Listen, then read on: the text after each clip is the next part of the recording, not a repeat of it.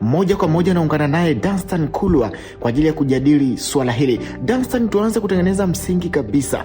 Nini maana ya uraibu wa mtandao? Huu uraibu wa mitandao tunasema ni ile hali ambapo mtu anakuwa na matumizi ya kupitiliza ya mitandao na majukwaa mbalimbali ya mitandao ya kijamii kama Facebook, Instagram, TikTok na mitandao mingine mingi ambayo tunaitumia kwenye maisha yetu ya kila siku. Sasa kwa nini hili ni tatizo? Tunasema kwamba tumezungumzia hapo swala moja kwamba ni matumizi ya kupitiliza. Kwa kutumia mitandao sio kitu kibaya, lakini inapopitiliza inakuwa tatizo. Sasa inahesabiwa kama ni jambo ambalo ni changamoto, inaweza kukuletea madhara mengine makubwa.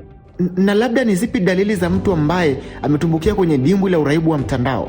Ni kwamba utajikuta mara kwa mara unaingia kwenye mitandao au kwenye simu, kwenye matumizi ya simu bila hata kuwa na sababu ya muhimu ya kuingia.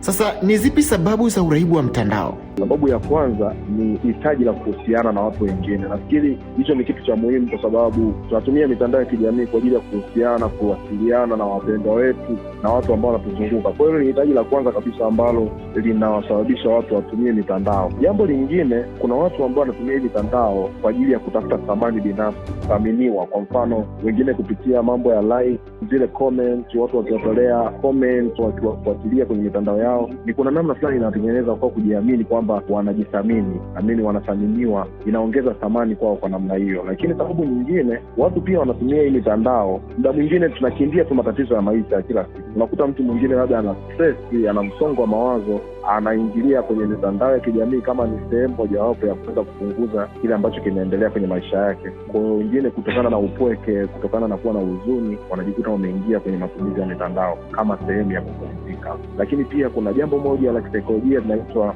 fear of missing out au hofu ya kukosa taarifa. Kuna watu wengine ambao wanahisi kwamba wasipoingia kwenye mitandao kuna namna fulani unaweza ukawa nje ya wakati, wakakosa taarifa fulani au mijadala fulani ambayo inaendelea katika huo wakati. Naam, na labda mtu afanyeje ili kuondokana na uraibu huu wa mtandao? Kwanza kabisa, kwanza tabia mojawapo ya uraibu au addiction ni pale ambapo unafanya kitu ambacho hata wewe mwenyewe hauna ridhaa nacho, yaani kitu chenyewe kinakuendesha pasipo wewe kuwa na control juu yake hicho kitu.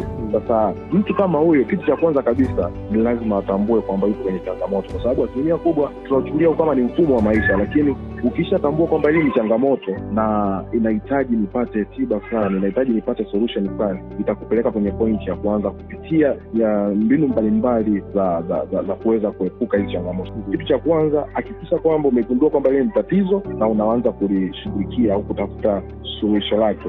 Lakini pia jifunze kuweka mipaka ya muda ya kutumia hii mitandao. Unaweza ukaweka kwa siku, labda natumia masaa 2-3 kwa siku nzima. Mimi binafsi nimeweka kwenye mitandao ya kijamii, ikifika huo muda fulani, kuna namna fulani ile mitandao inaacha kufanya kazi. Kwa hiyo inaanza kukupa kuna nidhamu binafsi ya jinsi unavyotumia muda wako. Jambo lingine, jaribu kuwa na vipindi visivyo na simu, yaani kaa mbali na simu, kaa mbali na mitandao, jaribu kuwa mwenyewe, kwa sababu kuna muda tunashindwa kuhusiana na sisi wenyewe, tunahusiana na simu zetu kuliko jinsi ambavyo tunahusiana na watu ambao wanatuzunguka. Lakini jambo lingine la muhimu, hakikisha unajishughulisha na vitu vingine, kwa sababu ukikosa muda wa kuwa na mambo mengine ya kufanya, obvious utajikuta umerudi kwenye matumizi ya mitandao na simu pasipo atakuwa na ruhusa yako. Kwa hiyo jaribu kujishughulisha na vitu vingine ambavyo vinakufanya uwe busy na kufanya majukumu mengine. Hiyo inaweza kusaidia kuanza kuepuka hii changamoto. Lakini jambo lingine, hakikisha kwamba unakuwa na muda wa kujifanyia tathmini binafsi mara kwa mara, kuona kwamba mwenendo wa maisha yako kwa wakati ukoje, ambapo unaweza kuona kitu gani ambacho unatakiwa ukifanye zaidi vizuri, kitu gani ambacho unatakiwa ukiache, kitu gani ambacho unatakiwa kipunguzwe, na maisha yanaweza kubadilika kutokea hapo. Ni upi ushauri wako kwa mtu ambaye ametumbukia kwenye dimbwi la uraibu wa matumizi ya mtandao? Mimi ushauri wangu kama msaikolojia, hizi ni changamoto ambazo